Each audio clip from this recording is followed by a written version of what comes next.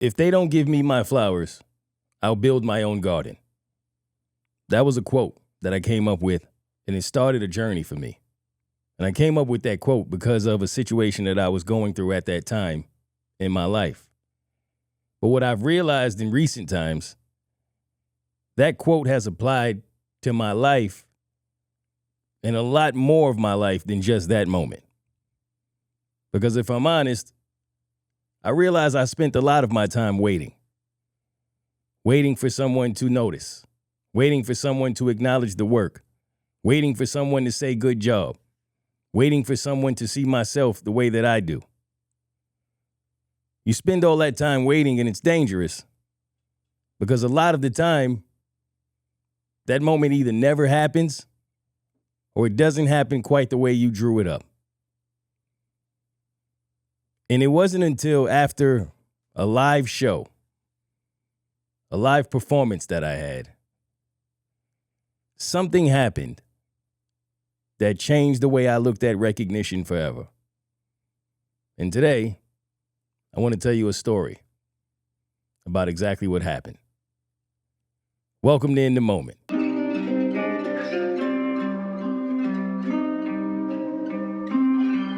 I'm in the moment.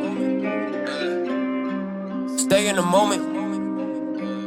Yeah, hey, look, check. I'm in the moment. They try to hold me down, I just re-up and then I just reload it. Yeah, hey, look, stay in the moment. What's up, y'all? Welcome to In the Moment, episode 301. I am your host, Moment, and my co-host / producer is in the building riding with me another week. Hey. Welcome to the 300s. We are officially in the 300s of my podcast, and this is good because I'm feeling brand new, and I'm feeling like I want to do some new things and some new storytelling. I'm excited. Me too. And I plan on doing a lot more with these episodes coming up. One of the things I plan on doing more of is hating. I was inspired by Mexico. I am not hating enough. Did y'all see how every time the Mexican football team played against another country, the people in Mexico would be outside of their hotels playing music and partying as loud as possible so that the opposing team can't get any sleep?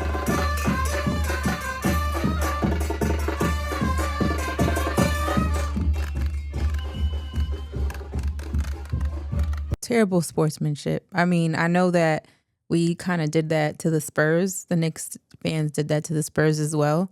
However, I don't know if it's magnified in Mexico or I am a bigger fan of soccer than I am of basketball, but it was insane. I mean, I recently saw a video that they were setting off fireworks in front of the hotel.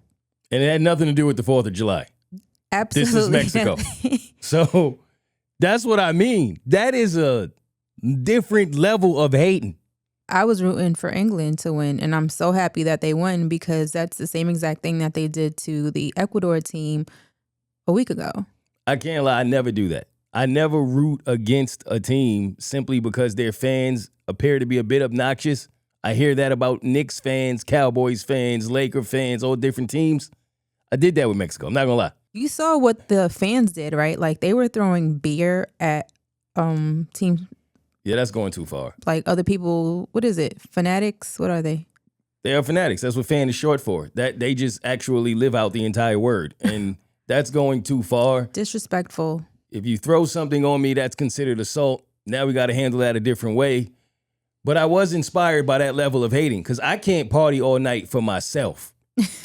So to do it for my country in a way that you believe is helping is insane. Another thing I thought of is, do they not realize that they have like noise canceling products that you can buy that it appears the people from England purchased? They don't care. They don't care. They like, I think, the news on them. They like to seem like, or they're not seeming, they like what they're doing. Okay, well, if they also like to win, they should try a different solution, is what I'm saying, because it got them 2 points, it didn't get them 3, and England was able to move on. But Hey, to each their own. Whatever level of hating it takes for you to get by in your daily life, you find it. You know that sportscaster on a Mexican channel disclosed the Ecuadorian team's hotel information and told them like, hey, if I were you, I wouldn't, or I would do this, and pretty much like keep them up for the rest of the night. That's crazy that you can do that. That's even legal to do. I think she lost a few sponsors. I wouldn't be surprised. Well, I don't know if she'll lose her job because that's in Mexico. It's not here. Right. Insane. But we will lose no sleep here on In the Moment. I have a lot to tell y'all this month. I have a friend who is literally currently in a situation where he found the person who blew up his car. And he's been looking for this person for quite some time. And this story is playing out in real time. It's one of the stories I'm going to tell y'all this month on In the Moment. I also have That's a lot. What you mean blew up his car? Blew up his car. Like literally blew up his car? Blew up his car. Yes. Literally, this person blew up his car and then he could not find this person for 15 years. And he just found him. So I'm trying to talk him off the ledge, if you will. And that's coming up within the next few weeks of In the Moment because I have to take care of some business first. And one of the things I have to take care of is announcing that I have a new show called Mornings with Mo every Tuesday and Thursday at 7:15 a.m. I will be going live and giving y'all some laughs and some current events and some updates to start your mornings every Tuesday and Thursday starting this Tuesday, which will have already passed by the time y'all heard this, but just know that that's happening. That's exciting. Yeah, I'm excited to do it. I also have a show at City Winery in Atlanta. Saturday, July 25th, 7 p.m. Get your tickets. After that, I will be in New York. Sunday, August 23rd. So those are the next two shows coming up, both at City Winery. Get your tickets. They are available now. Now let's get to this garden. It's only a game. Why you have to be mad? Now, I never get the amount of credit that I'm supposed to get. Do we ever? For example, the year that the Atlanta Braves won the World Series, I raced the freeze on the field. I did that. The Atlanta Braves needed a push. They needed somebody to get out on the field and show them what movement on the field looks like. And the freeze did that for real, but I was there. I participated. In my mind, I had to get on the field and get grooving in order for the Braves to be inspired to be brave. And they won the World Series. That year? That year. Similar to how when I was in this moment of my life where I didn't feel appreciated and I had a big decision to make, I came up with this quote that if you will not give me my flowers, then I will build my own garden. And what do you know? Right in Madison Square Garden, the New York Knicks win the finals for the first time since 73. I did that. You did it. These things are not coincidence that I say certain things, do certain things, and then what do you know? Whoever I'm affiliated with is now a world champion. Okay? Got it. Now, this quote originated out of me feeling like I wasn't being appreciated in a place that I'd come to know as home. And that's tough because I think a lot of us go through that. And I believe there to be a thin line in between when you're staying somewhere because you want to be there and when you're staying somewhere because you hope it becomes a place where you want to be. Are you being loyal to what the situation actually is, or are you being loyal to what you hope the situation to become? Two very different things. Sometimes you're loyal because you believe in what you're doing, you believe in where you are, but sometimes you're loyal because you're afraid of what you may lose if you do something else, or simply because what you're doing is convenient, even if it's not commendable. or if you're not being appreciated the way you feel like you should.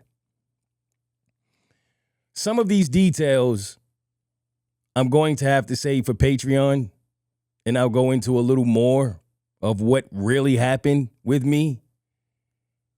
But I'll give you more than enough to understand how I came to this point in my life of realizing that I had to make one of the biggest decisions I would ever have to make.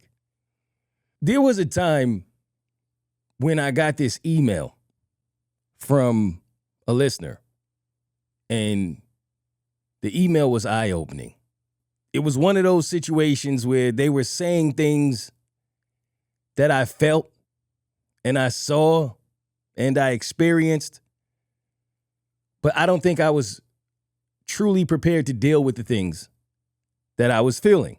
And in a lot of times in my life, I've gone through situations where I wasn't sure if racism was really a factor or not. It's always tough to tell. You never really know if you're being treated a certain way because of how you look, of who you are, of where you come from. And shout out to this shirt, actually, to my family, Rob and Lanice, who got this shirt for me from the Charlotte experience I had. I love these shirts. They got me some shirts and some pictures and some plaques and a few different things for me to always remember the moment of the light mic tap. And it's a similar situation because that's the thing. Whenever you are a person of color and you are navigating in rooms where you may be the only person of color or you have to deal with people who are not, you just recognize the differences in how you're approached and how you're treated. And you have one or two options. You either hope for the best and think what you're seeing is not what you're seeing, or you address it head on. And usually if you address it head on, it causes issues for everyone involved. And so a lot of the time people choose to ignore it. And sometimes ignoring it can become difficult when others start pointing out what you already believed you saw initially. Because now you're not questioning yourself as much anymore, or at least you're not questioning if it's happening. You're questioning if you should do something about it. And it doesn't have to be racism. It can be anything. It's that small voice in your head that's always saying, should I do something? Should I say something? Should I let it go? Ignoring it normally makes the problem worse. But sometimes addressing it also makes the problem worse. So that's the battle, right? Of when do you address something? When do you ignore it? When do you let it go? And all of these things are tough. And the email shook me up because not only did it point out some things I was really feeling, but not expressing, it pointed out things I hadn't seen. And it made me look at a few other things I wasn't even paying attention to from a different perspective. So now, when you're waking up to try to do what you normally would do, it's hitting you a little different.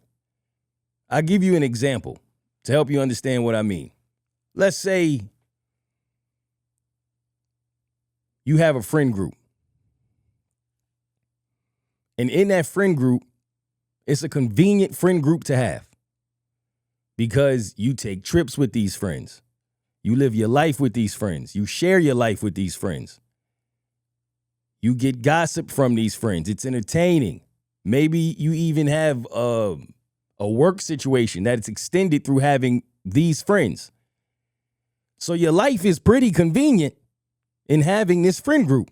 But one day, you get enough information from whatever the source to know that this friend group is treating you very different than the rest of the friends are being treated. And you're not exactly sure why you. It could be they don't like you. It could be they don't feel you add as much to the group as the others, it could be a million reasons. If they never sit you down and say, hey, here's where we're going wrong, and you just keep hearing from outside sources that things are being said about you or that things are being done behind your back, and now you can see it, a part of you may want to continue in this friend group because of the convenience that it gives your life. But there's the other part of you that feels like, why would I continue to force myself to be around these people if I know this is how they truly feel about me, especially if they're treating me different based off of something I can't control? Is any convenience even worth that? For some of us, that convenience is money. For some of us, that convenience could be other things. But when is it worth it to continue to be around people that you know don't necessarily have good intentions for you because it's convenient for your life? I think a lot of people have a breaking point. Like, people deal with it depending on the situation. A lot of people deal with this type of situation at work, and they stay in it because they have kids to provide for. They have to provide for themselves. They have to help their family out.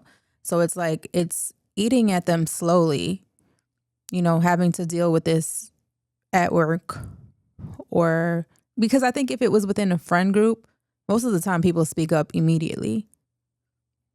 However, at work, that's where you make your money. So if you have to pay the bill tomorrow, what are you going to do?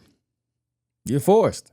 You're forced to continue to go into this place that is not healthy for you, that is deteriorating at your mental health. You feel stuck, like you don't have a choice. And I think if you want to truly be great at anything, someday you got to make a choice. It's going to come down to, do you believe in yourself enough to build your own garden if you are not getting the flowers you feel like you deserve? And I remember the moment it hit me.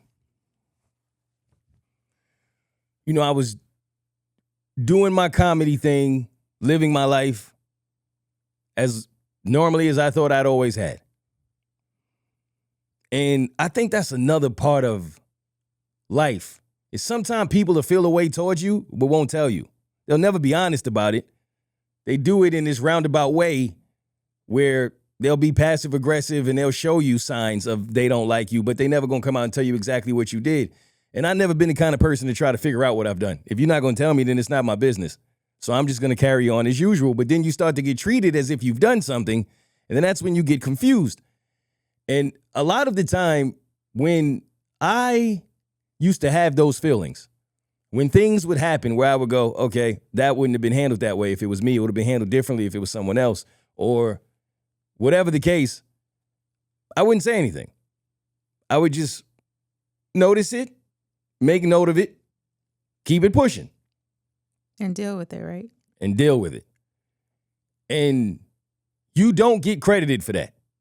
You have to prepare yourself to know that if you are constantly taking the high road, at the end of the road, you may have gone from boys to men, but there will be no recognition. Because Boys to Men had a song called End of the Road. I struggle with that at times because I'm like, if there was going to be no recognition at the end of the tunnel, then why did I even put up with it? I should have been a force to be reckoned with. I watched other people have no issues whatsoever creating waves for everyone around them. If they weren't happy, they didn't care about anybody else's happiness. I'm not happy. This is what I'm going through. Everybody needs to deal with me. And I tucked all of my unhappiness. I just tucked it and would still be a professional through it all, every single time. And they say the squeaky wheel gets the oil. If you don't express what you're feeling and what you're experiencing, you can't expect other people to do anything about it. And I had to learn that because in my mind, they weren't going to do anything about it anyway. So what was the point of bringing it up? I'll just deal with it. But I watched other people not have problems with that at all. This is my issue. I'm talking about every single time you got an issue with something, you in the office, you going to somebody, you complaining. And I just was never like that. I felt like, yo, especially if it's a job, when you bringing up work, I just want to do my job and go home. That's it. And I remember, in fact, one time they came at me for that. They was like, he don't want to, because I said something one day about I'm not really into the gossip. I don't want to be by the water cooler talking about people's business. I just want to go home. You know what I mean? Especially like in radio, sometimes you do the show and then there are people who will stay after the show for hours, just kicking it, not wanting to go home, doing extra work, whatever it is you're doing. That's never been me at any job in my life. I want to clock in, do the best of my ability, and clock out. I'm out. I like to keep work, personal life, personal. Do you think most men are like that? I don't know. I think everybody's different. Because I know I was the nosy one. Like, if someone would come tell me something, I'd be like, really? Well, so I wonder if it's a gender thing or just a people thing. I don't think so, because I'm thinking about it now, and typically, yes, it would always be women that would wait after the show and hang out after the show and do whatever else happens after the show. I wouldn't know because I go home. But there was one guy who did it also. But usually it was women, yes. And I think he was trying to maybe find a way to get a promotion from his current position. That's why he was doing it. But some people, they become friends from work. That's just never been my style. Like, I just want to work. Do you still have a friend today from any of your previous jobs? Yes, I do. It can happen. But for me, yeah, normally I don't really make friends from work. It's just something about that. It just doesn't always pan out. It's like you befriend somebody that you probably normally wouldn't have been friends with. Y'all just happen to be put in the same location, and now y'all figuring out a friendship. But yeah, it can go either way. I think a lot of people have met some really good friends at work, and some people not so much. But it's too much fake stuff going on. I would constantly just tuck whatever my issues were and just keep it moving. Keep pushing. I have a habit of doing that. I've done that in relationships, friendships, and at work, where I don't always want to be the person that's complaining about something or bringing something to the table. And I notice a lot. I'm an overthinker, so I analyze everything. I'm a Virgo.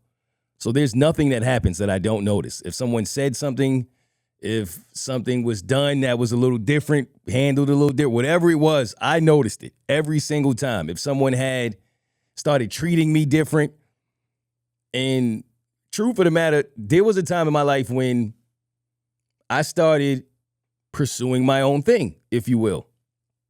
In every aspect of life I've ever been in, especially when a company was involved, if I ever started doing anything that showed maybe I was going in a different direction or I wanted to branch off and do my own thing, it always offended the people within the company every single time. And I never understood why. If you're not taking care of what you want to take care of on business hours, what exactly is the problem? I think there's just some people that they want you to just be fully embedded into whatever it is that you're there for and not be distracted by anything, like absolutely anything, because I've gone through that at several different jobs. And at this point, I had 2 jobs, and one of my jobs were like, we don't want to hear anything about your other job. We don't want to hear you talking to your coworkers about the other job. Why? I'm not working. I was just simply maybe telling a story, and they just didn't want to hear anything about it. I think that they were low-key hating. That's what I was just about to say. That sounds like hate to me. You're hating, right? If this is in between business hours, then you have every right to feel like someone should not be working on themselves while they're on the clock. but it was never business hours for me. I remember a time when I was making videos, and this was when I very first started to do my own thing. And this is proof to y'all of why it's important to never lose sight of what you want when you're working for someone else. Because at that time, someone inspired me to start doing comedy videos. And I wasn't doing comedy videos at that time. I was working in the mailroom. And when I would do the comedy videos at first, no one cared. No one cared at all. When they started going viral and it started spreading around, all of a sudden it was like, nah, who said you could be in the studio? Nah, who said you could do this? Nah, who said you could do that? And I had permission, but no one cared that I was doing this. And I was waking up an hour and a half earlier just so I could have an hour of time to work on that before my shift started. So why did it become a problem? What's the issue? I'm working on this before I start, and I have permission to use the studio. But they tried to find a loophole or a reason for me not to be able to pursue that. And what ended up helping me get to the next part of my career where I was doing what I wanted to do, not what I had to do, were those comedy videos. So they were mad that they weren't a part of it, that they weren't getting whatever came with that, pretty much. That's what it seemed to me, because now you're starting to get too many looks. Now you're starting to get too many views, and you're getting these views from our studios, but it's not our content, and we're not, but at the same time, it's not like I didn't work for the company. I could understand if I'm coming from outside the company, I work for the company. I'm on the company's payroll. I just do something else. That comes with the same, like when people be like, oh, it must be nice. Like, we have the same opportunities. Why aren't you taking advantage of it? I am. Mind your business. Right. If you have a male guy who works at a media company, and obviously all these other people are getting paid a lot more money to come up with content. And if the male guy does his job from 9 to 5, but from 8 to 9, he's making content in the same studios that you already have to pay for. It ain't like you got to come up with more money. You already pay for the studios. They're already there. No one's using them at that early. So if the person whose studio it belongs to says, get busy, and then the male guys start getting busy, what's the problem? What's the issue? Jealousy. That's all I had. And it's crazy because that pattern never changed. It remained the same at every level I ended up. The moment that you start to work on you, for some reason, people start to feel away. Only when it starts to become successful. If you're working on you and it's not doing anything, or it doesn't appear to be able to compete with whatever the company got going on, oh, they don't care.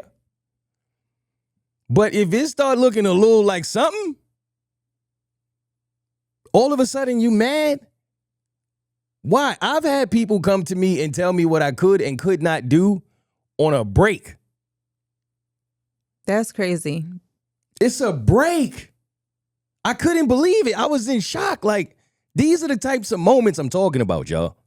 When someone comes and says, yo, in between being on air, in between whatever, you can't work on that. One of my jobs, during our lunch hour, they said we couldn't take a nap. On your break? No, you can't take a nap. You can't take a nap in your car because you're still on company premises. That's crazy to me. So you had to leave the property in order to take a nap. Yep. See, this is where Control. That's what it is. See, you going beyond just wanting me to be an employee now. You're trying to control me. You're trying to control my life, what I can and can't do. A break is a break. You have me in the time that I am allotted to be there to work. Whether my break is 5 minutes, 10 minutes, 15, 30 to an hour, I should be able to do whatever the hell I want, so long as it does not disrupt anybody else that's doing their job. I mean, it gets so deep in the world of hate. I've been in situations where I wanted to do things on my break that was actually helping the company.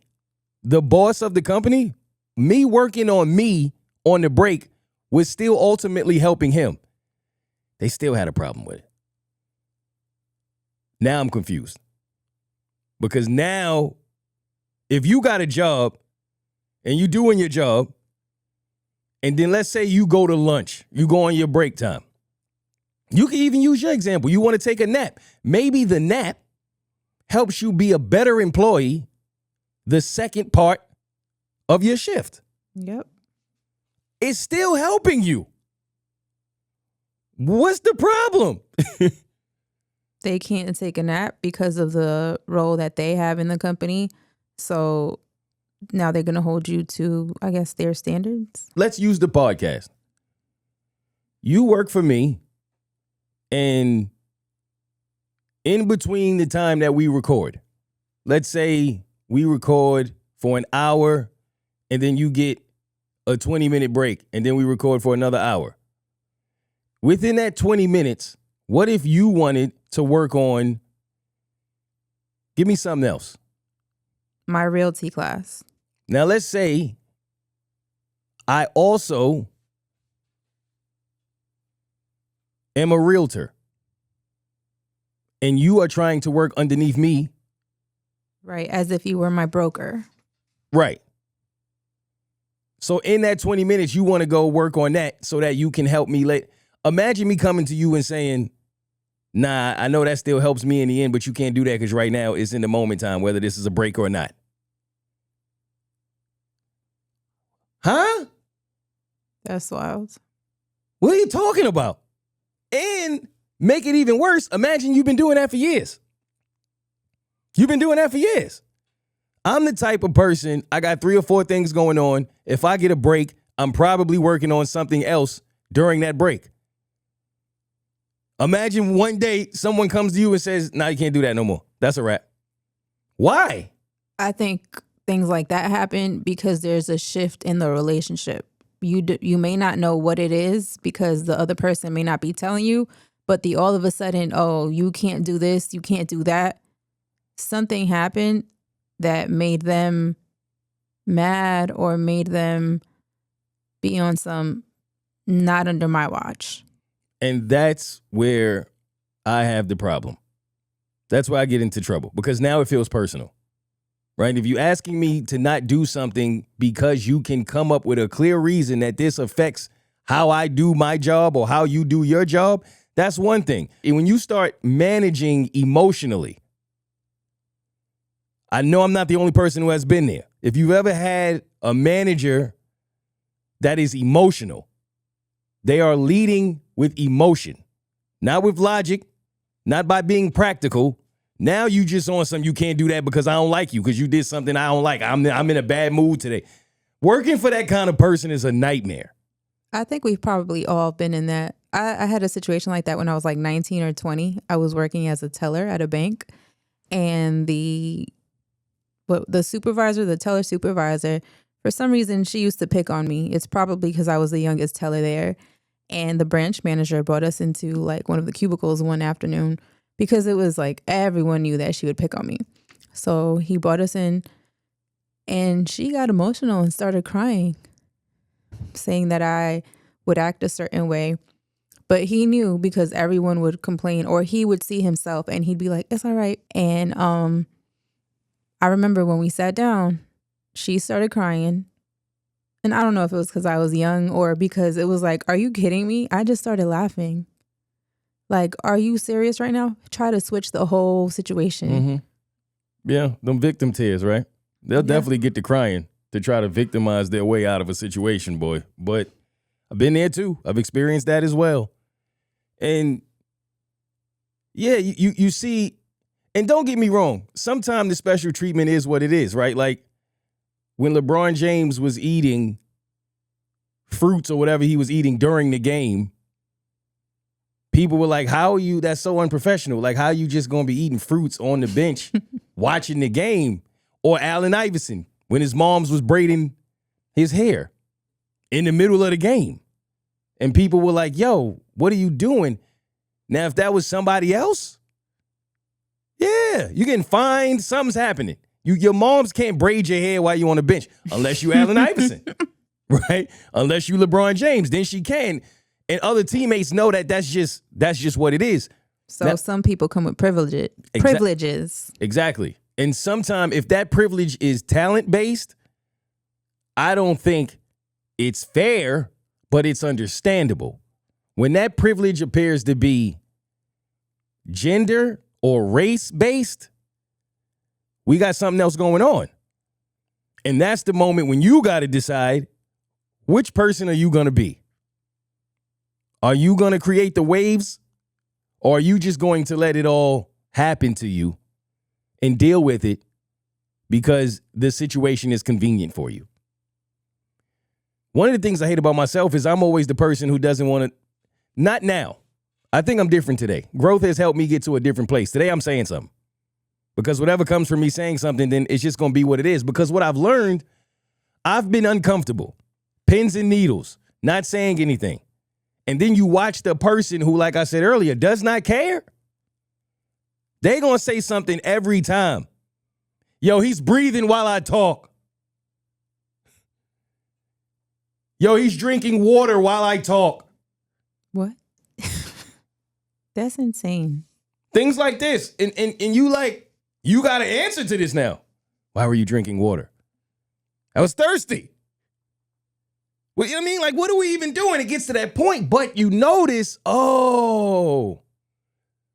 as much as everybody may know that this person is a problem child, if you will, they still gonna cater to the person. They still gonna tell you to wear kid gloves. They still gonna deal with trying to make the person more comfortable, because that's usually how we react to quote unquote divas, right?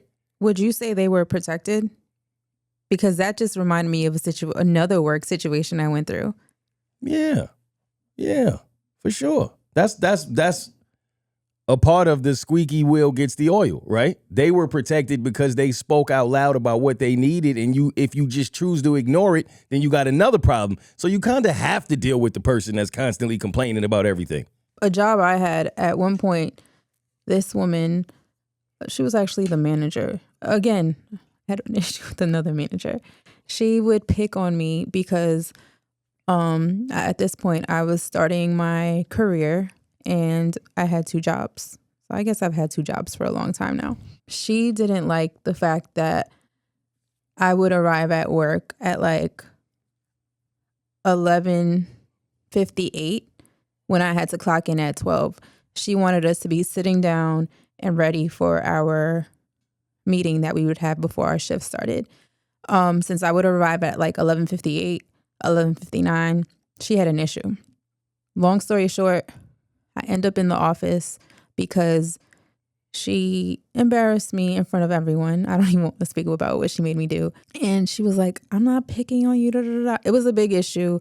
I went to someone else that was aware of the situation, and they advised me to not go to HR because she knew people in HR and I would end up losing my job, not her. Funny story is that I would say 5 to 10 years later, this woman got let go because she was stealing from the company. So. See, I have a few things to say to this. One, look at the patience, right? And you hope that karma comes back around, because a lot of the time you sit there and you deal with it and you keep saying to God, like, why am I going through this? Why is this person even a part of my life this much? Because that's another thing with me. I feel like if we just work together, like, you shouldn't even be a part of my mental Rolodex in my personal life. Why is this person causing so much drama? What is the problem? Why can't you just do your job and go home? And then later down the line, when that person is let go or no longer at the company, like you said, Now people realize you weren't the problem the entire time. But that normally takes a while, and sometimes it never happens. The other thing is you said you had all these issues with your managers, so you might be the problem. Now, see, that's how they do me. Now you see how it feels? Yeah, I mean, I just thought about that. I was young, both situations. I think at that time I might have been like 27, maybe 28. And she was an older woman, probably in her 50s. And I feel like I just lived like a careless life, and I would be traveling a lot. And part of me feels like that came with jealousy. And the third point I wanted to make was you mentioned being picked on. And for me, I think that's the switch, is when you start to feel like you're being picked on. And I think so many of us have gone through that at work. Why am I being picked on like this? Have you had your coworkers say like, yeah, I saw it? Because that happened to me. Like they were like, yeah, I'm sorry you're going through that. I don't know why she does that to you. And that's kind of what I'm getting back to with the email, because it didn't only come from the email. Sometimes it come from your friends. Sometimes it come from your other coworkers. That has happened to me, yes, where especially if someone's new, so they don't have this whole mean girl table shit that has been going on. You know what I'm saying? Now they not a part of that. So when they get there, they looking at everybody through an equal lens, and they start to see it. And they say to you, what was that about? Yo, I saw you kind of go through something a little earlier. You all right? So now you in your mind like, it's not me. I'm not bugging. I am seeing the 47 things that I saw happen that felt like I was being picked on, but I can't say that. You especially can't say you being picked on. And this is the thing. Everybody thinks it's easy to use the black card. Oh, I'm being treated like this because I'm black. There's black people who don't want to use it. I don't want to become that person that's like, yo, we all get tired of that. At some point, nobody wants to hear that you being picked on because you black. Nobody wants to hear you being picked on because you're a woman. Nobody wants to hear you being picked on because you're new. It's just certain things is kind of typical, and who really wants to hear it? But a lot of the time, it's true, and you sitting there, and you got to keep asking yourself this question. And the whole time you keep asking yourself this question, you are still trying to be your utmost professional self. Now, the two things you said to me that resonated, and I want to go into the details of this on Patreon, but it's my exact point. You said you were being picked on, or you felt like you were being picked on, and then you were embarrassed. They attempted to embarrass you. She did embarrass me. Or she embarrassed you. And that's where you draw the line. That's where my pride couldn't take it anymore. It's one thing to have a beef with somebody. It's one thing to not like somebody. It's one thing to manage and lead from an emotional place. It's a whole nother thing when it gets to the point where you're going out of your way to try to embarrass somebody. Because, especially with me, because I'm not embarrassed easily. I'm going to laugh. I'm going to think it's hilarious. I'm a comedian. Good luck embarrassing a comedian.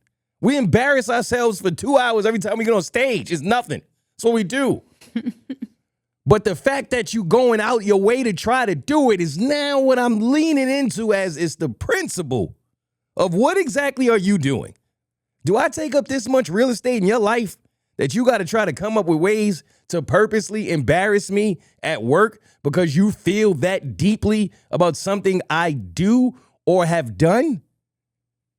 Yes, sometimes people just, I don't know, they latch onto you and look for any little thing to go off or to complain about, which reminds me about another story that I won't tell because I guess I have more stories. This is crazy. Having this discussion is reminding me of different situations I've been through. Another lady at the same job would go back to my manager to complain about the shoes that I was wearing because we had a uniform, and she said that it was against the rule book that I had shoes with a strap.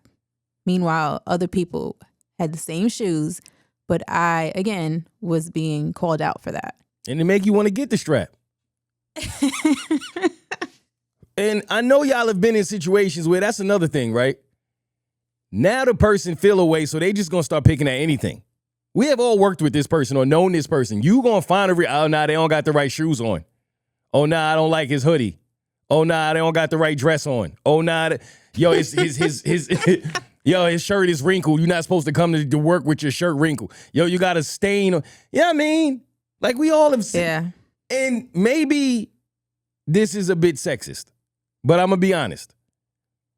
In my experiences, when I've had these issues with a coworker, it's usually been a woman, but I don't mind when it's a woman because I expect women to be a little more emotional in most situations.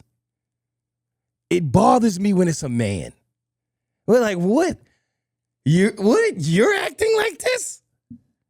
I had one situation like that too. Oh, you're on fire today. We found your wheelhouse, clearly. But yeah, am I wrong for that? No, because it's like, why are you worried about me? Don't you have something else to worry about? You're not a woman. I'm sorry. Like you said, most of the time, most of my issues were with women in a higher position than me. And then there was that one time with a man, and it was like, why are you acting like a, you know? You want to say like a woman, but that's insulting to women, right? But that's how he was acting towards me. He was, I don't know.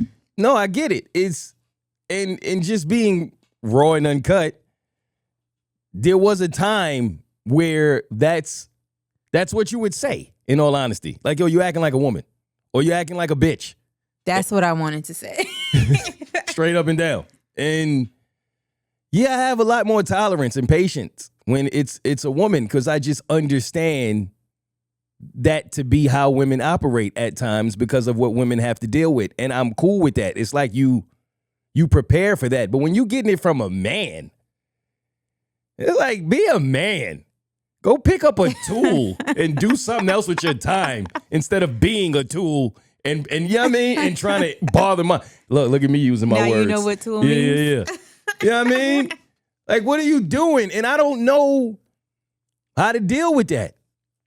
And I didn't know how to deal with that. And I went through that multiple times. But the time in my life when I knew, like, enough is enough, was I went to an event and I had a show. And I did the show, crushed the show. And during the show, at that time, I wasn't in the best place with a lot of different people for a lot of different reasons. And I kind of knew in the back of my head, we getting to the end.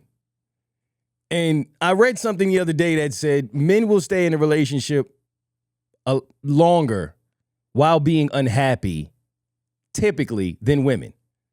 Usually, I always thought it was the other way around. But this study claims that once a woman is truly unhappy, like women may tolerate more, and it may take longer for her to get to that point of being unhappy. But once a woman is truly, truly unhappy, she's already gone. Even if she's still in the relationship, she gone. Whereas with the man, he'll be unhappy and die in it. And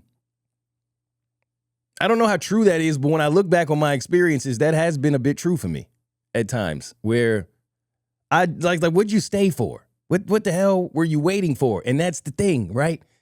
Is when are you staying because you believe in what you're doing, and when are you staying because you have to do what you're doing, or you believe that something is going to change? Are you staying because you love the person, or are you staying because the potential of the person? And I knew I was in that situation. I knew I was in a relationship I no longer wanted to be in. And I was trying to find the best way to end it instead of just blowing it all up and being like, I'm out, I don't care. I've always done that. In all of my relationships, when I know I'm done, instead of just being like, yo, I'm done, it's like, I gotta come up with a strategy for how I'm gonna get out of this. Like, I might have to do 3 or 4 things that I know you're not gonna really like. So you could be like, I'm done with you. And I'd be like, damn, all right. I don't know why. Right? And at this show, I believe I was asked, I don't remember, but I think a question came up about how I felt about certain things and certain people. And I lied. I completely lied. I said nice things about people I didn't want to say nice things about. I said nice things about situations I didn't want to say nice things about. I said all of the nicest things you could think to say at a time when I didn't want to. It kind of felt like what Jelly Roll and his wife, when after he lost all of the Jelly Rolls, and they seem to have had, the best thing going, and now they're getting a divorce, and then he's in concert saying, I love her. We're still best friends. We're still best friends, right? She's on a podcast saying, well, not so much, but she's also not giving it all up. And it's like, this is how it's supposed to be. No matter what happens, we shared something that was special. We had a bond, and it ain't anybody's business what really went down, even though deep inside, you could say so much more and you could violate. That's how I felt. And I don't know if that's the right decision. Sometimes it feels like it is, sometimes it's not. But right after that, after I gave up all of these beautifully told lies, that energy was not reciprocated for me. It was the complete opposite from a lot of those people. It was what you said. It was somebody going out of their way to attempt to embarrass me. Oh, so I say all of these nice things when it's my turn to speak of you, but then when it's your turn to speak of me, you want to embarrass me? You want to make me feel like I'm less than? With all we've accomplished? And that's like, that feeling of like when you in a relationship with a woman and you buy her a house, y'all have kids together, y'all travel the world, y'all done did everything you could think to do as two human beings loving each other, and then when the relationship ends, she goes, you never did nothing for me. Huh? What? You did it for yourself. You found that loophole fast, didn't you? You understood. Yeah.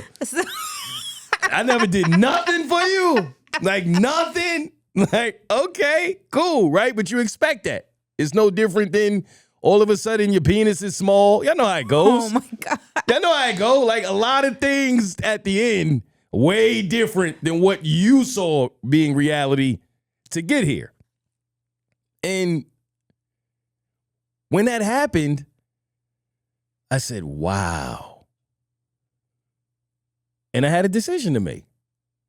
Because after you show this person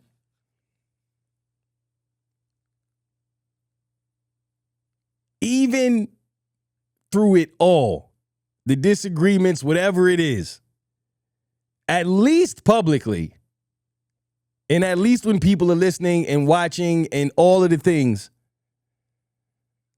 I ain't got no ill will towards you. I still want the best. I do believe that you can be in a relationship with somebody and it just doesn't work. I've heard outside sources look at me and others and go, how did that come to be? Why would that have came to be, right? I got exes you could say that about. I'm still trying to figure out how it came to be. I don't know. I don't know where I was at that point in my life. I was wilding. I don't know. I had some growing to do. You ever look at old you and be embarrassed? Damn, I had some growing to do. Right. And 10 years from now, that you will look at today's you and think the same. That's life, right? But how we handle those differences when we no longer have invested interest, to me, defines your character, says a lot about you, who you really are. And, well, I saw how I handled it when I was up to bat, and I saw how they handled it when they were up to bat. And at that point, I realized I am now going to have to make one of the biggest decisions I've ever made in my life. And I made it. And that's where this new journey begins. This journey of 300. This is Sparta. I kick you. I mean, sometimes you gotta kick somebody in the chest. Let them know what time it is with you. And I did. Respectfully. And that is where the phrase came from. There was a meeting and it was told to my face. You ain't getting no flowers. You don't deserve no flowers. Now, again, I've had a lot of life experiences where I've learned a lot. And that meeting for me was a come to Jesus moment. I don't know who else was in the room, but I was in the room with God. And everything that happened was God saying loud and clear, be free. Go be free. There's nothing here for you anymore. And I'm saying that to somebody else who is probably in a situation where you are having to make that decision right now. Are you staying in a situation knowing that there is just simply nothing there for you anymore? Are you staying for you or are you staying for them? Are you staying for what's present or are you staying for what you believe may happen? There's a difference. Are you staying because I love my spouse? I believe in this company. This situation works for me? Or are you staying because one day they'll appreciate me? One day they'll see my value? One day this will make me feel like it was all worth it? In which waiting is not always bad because most amazing things require patience and take time. But in the time that you are waiting, are you waiting for the results of what you know are worth it? Or are you waiting for your presence there to be worth it in the end? Are you waiting for something to happen? When this happens, I'm going to feel good. When this is returned, I'm going to feel like it was worth it. That's a dangerous game because a lot of the time those things never happen. And if you can't walk away from whatever situation that you have a dilemma about right now and feel like no matter how this ends, like ask yourself that, no matter how this ends, the journey is worth it. Then in my mind, you're right where you need to be and you're loyal for a good cause and a good reason. But if you can't say that, if you saying to yourself, man, if this don't ever happen this way, or if this person don't ever come around or blah, blah, blah, that ain't worth it. How about if you're being disrespected? That's where the line was for me. You know, sometimes people don't live up to who you need them to be in moments, and it could be due to their ignorance or their lack of something or their just inability to see anything beyond themselves. Sometimes we deal with such narcissists, we deal with such characters that they're not doing anything on purpose. They just only know how to be the star in their own movie. That's very different than someone who is going out of their way to embarrass you, going out of their way to pick on you, going out of their way to make you feel less than, or like your effort doesn't matter as much as the next person. I mean, truly think of moments of where, like we said, you go into a meeting and give every single person love and flowers and admiration, but they don't give it to you. You the one person who doesn't get to experience that. Imagine that. That's how sometime life will make you feel. And in that moment, that's when I think we've crossed the line of, like you said earlier, yo, no, look, she got the strap on her shoes. Fam, I'm about to get the strap from the trunk because you are playing with me. You are going out of your way to disrespect me. And who in their right mind, with any amount of confidence, self-esteem, belief in self, wants to live their life around someone who is like that, as short as this life is? They lack leadership skills because as a leader, you should want your team to feel appreciated, valued, wanted. You want them to feel this way so that they come back tomorrow and you guys continue to grow as a team. You know, and then there's times where people within that team, they outgrow you.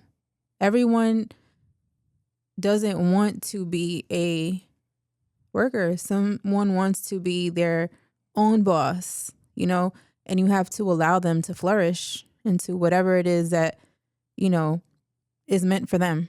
That's true. And that's another thing about it is you will get penalized for having that level of ambition. People who don't have that ambition, or people who do have that ambition and want to be the only one in the room with it, will penalize you for having that kind of ambition, for wanting to work for yourself, for wanting to branch off, for wanting to build something. And I never got that, especially if you have done it. If you have built something and now I am coming in saying, yo, I like that. I like how you grooving and I like how you moving. Let me learn something. Let me help you build what you already building and let me go build on what I want to build. How you mad? You know why they're mad?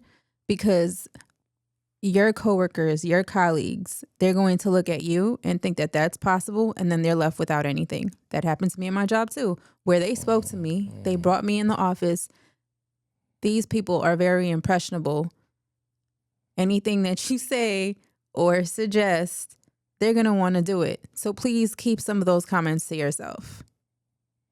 So if someone has a boat and they got all of the employees on this boat, and the employees have bought in so much so that they are never going to seek refuge anywhere else. They are never going to get off the boat. Because the boat should be willing and able to move with or without me, especially when I'm being told I'm not appreciated and I don't deserve nothing. Why can't the boat move without me? So I might simply say, I'll be on this boat, but when we get back to shore, I'm going to start building another boat in my off time just in case this boat no longer requires me. Because eventually, unless your name on the company, that boat is at some point always going to either move on without you or be done, right?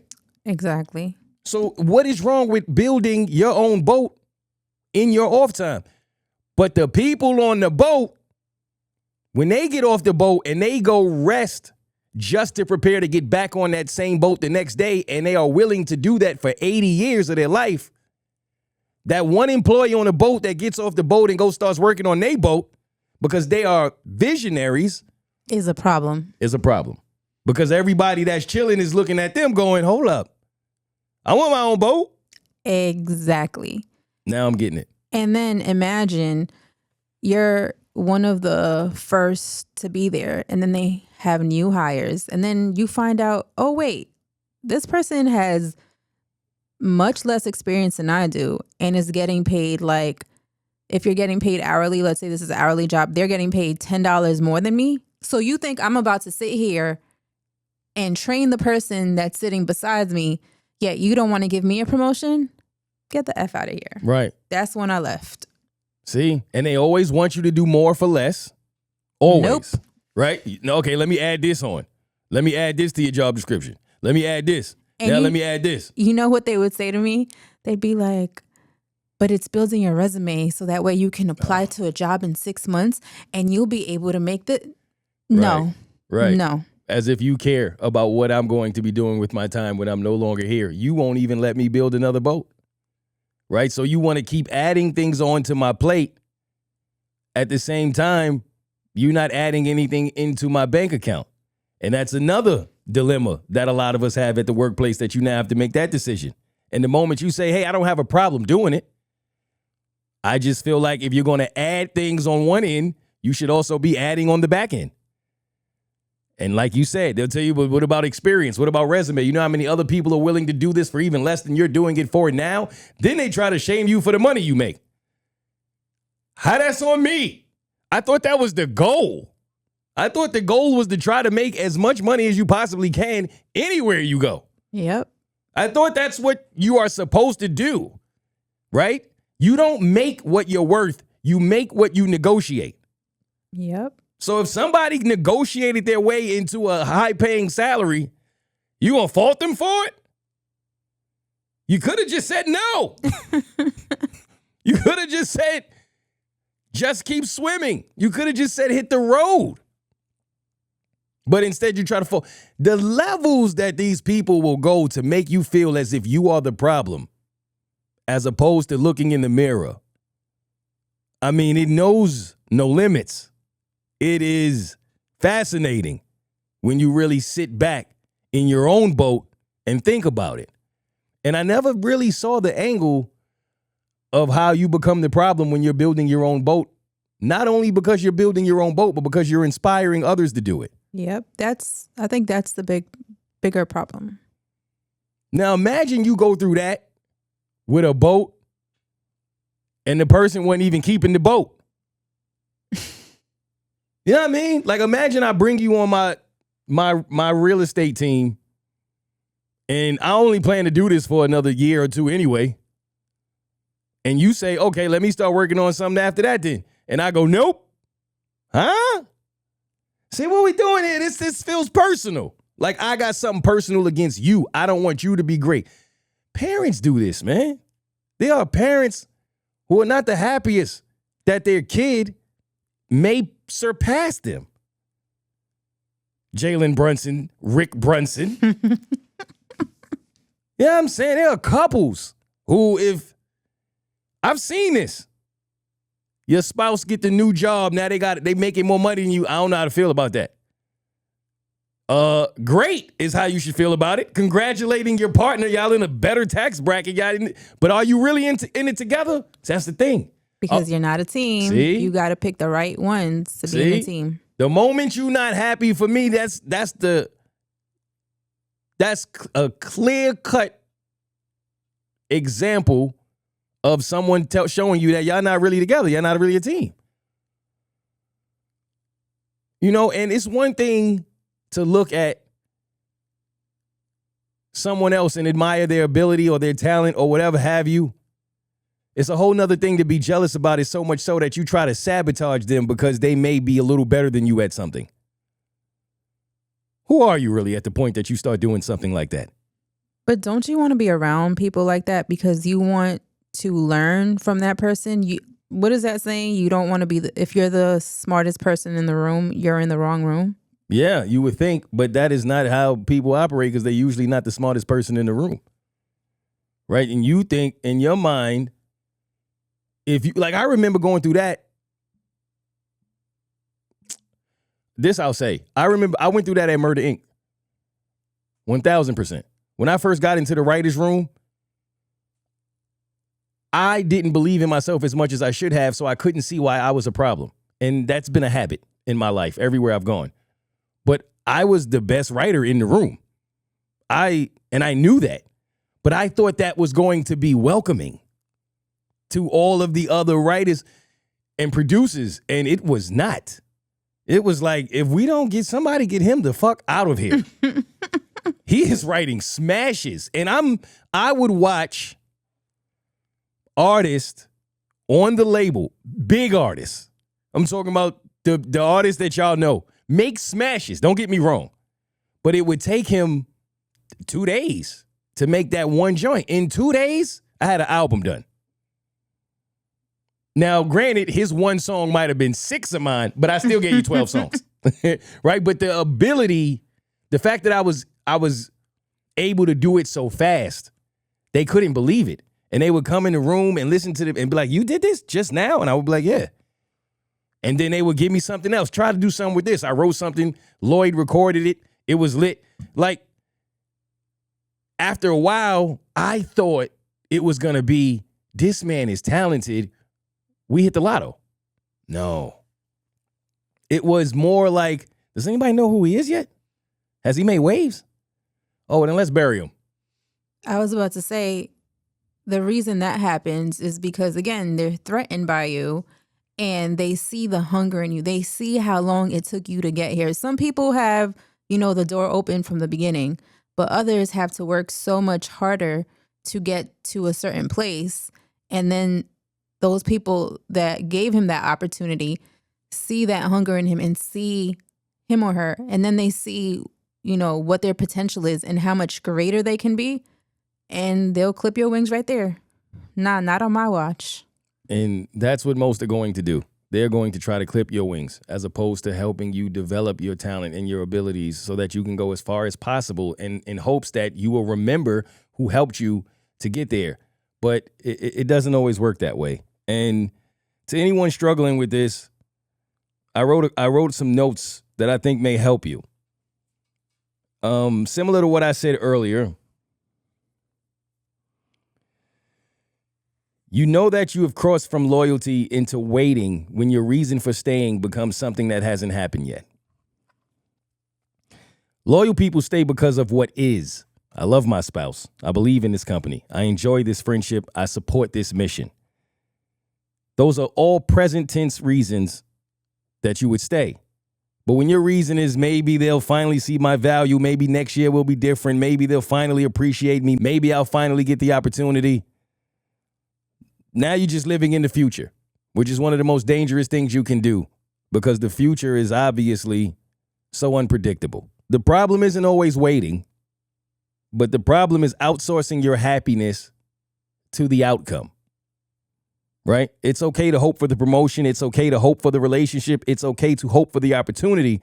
But if your happiness depends on this happening, now you've handed someone else the keys to your life.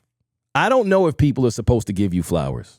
I think there's 3 different teams, right? Which team would you be on? Like team A is good people should acknowledge your contributions. Loyalty should matter. Hard work deserves recognition. Team B, nobody owes you recognition. Validation is a trap. And build your own thing. And team C is both are true. Which team you think you on? Okay, so myself, I would be team B. However, if I was a leader, I would go with team A, right? Because in order to keep your team happy, I do think that they require recognition. Like, oh, good job today. Like I have meetings monthly, and when the numbers are looking better, as much as they're not looking the way I would want them to do, look, I say, great job. We're going in the right direction. You have to keep giving them that push to want to get better. I think I'm team C because I think both are true. I think it depends on the situation. I do believe that people should give you flowers. I do believe people should give you recognition, especially when you have spent years of your life helping them and helping them build their boat. I think they should return that. At the same time, if you are the individual, I don't think you should expect it. I don't think you should wait around for it. I don't think you should care. And I don't think you should need anybody else's validation. This is your life. This is your moment. This is your dream. And you have to take control of it and build your own boat because no one is coming. That doesn't excuse what they do, but you should certainly expect it. And with that being said, I'll wrap up with this. Were you going to say something? No, I agreed with what you were saying. As far as giving people their recognition, I struggle. I want to be so good at it that I struggle with choosing who it should be. We have a concert coming up on Saturday, Neo concert, and I have a few extra tickets, and I always go through this. Shout out to Live Nation for always looking out for me. Shout out to Keisha. Keisha, we absolutely love you on In the Moment, friend of the show, and has become a friend in my life. And she looks out for me. And then I got the dilemma. Ain't but so many tickets. I got friends. I got family. Last time I took a listener. Sometime I love to take y'all. And then I also have business acquaintances that are doing things for me and I want to return favors. And this is a perfect time to do it. And I never know who I should choose. And right now I'm kind of stuck. 2 of the tickets, we know where they're going. But I have 2 other tickets. Who would y'all give these tickets to? I don't know who to give the tickets to. It's either going to be a good friend of mine who is going to get recognition for simply being a friend, which is enough. Shout out to the Golden Girls. The other 2 it would be a business thing. They're doing something for me as far as business goes, and they reached out and said they would be willing to do it for free. Now, I'm still going to pay them, of course. But if I bring them to a concert, I could pay them a little less. Right? Like The it kind of. experience. Yeah. And then. Last time we did a contest. Yeah, that's when we took the listener. Mm-hmm. Which we can also do again this time. So I'm stuck between, do you go with the friend that's been in your life for all of these years holding you down? Do you go with the listeners who are the reason that you are even in this position? Y'all are everything to me. Or do you go with the business acquaintance who is already doing something for me and it's a perfect way to reward him and pay him back? I'm stuck. Who's your vote? Business. Oh, you done lost every listener that fast. Look, all of the listeners just wrote you off that quick. But in order to keep this machine going, business tends to come first. Last time we did do the contest, we got the listeners in. It's a balance. Mm-hmm. I also have somebody who's become a friend of mine that I met through Bert's Big Adventure, through BBA, and they're on the list too. And so it kind of, they're also doing business for me as well. So that would be two birds with one stone. Man, this is tough. It's tough. I wish I could take everybody. But, all right, so you're voting for the business. So if we don't have a competition for the listeners so I can take two of you guys, that's the producer's fault. You have someone. Next time. She's not appreciating you. Stop. She's not giving you your flowers. This is this Saturday. We need a little more time for a contest. Well, we do have a couple other concerts coming up too, so this won't be the last opportunity. Stay tuned. I like these contests. Now, when I didn't get my flowers and I came up with the line of, if you don't give me my flowers, I'm going to build my own garden, it was a 2-for-1. It was one, because I just honestly thought it was a fly-ass line. And two, I'm from New York City, where making it to the garden has always been the biggest thing as a comedian growing up in New York. I have always wanted to make it to the garden. I wanted to make it playing basketball at first, but things happen. But my dream of making it as a comedian is not nearly over. And that's what, it was a 2-for-1 for me. It was, what do you call that? Damn, I'm drawing a blank. It was a double. BOGO? Entendre. Oh, I said BOGO. What? You buy one, get one? What are you even talking about? It was a buy one, get one. No, it was a double entendre of, I will build my own garden. I will create enough flowers of my own in my own life to where I don't need yours in my garden of life. And I will also make it to the highest point of what I've always wanted to do. And if I don't make it to Madison Square, then I'm going to build my own out of having to deal with so many squares on my way to the top.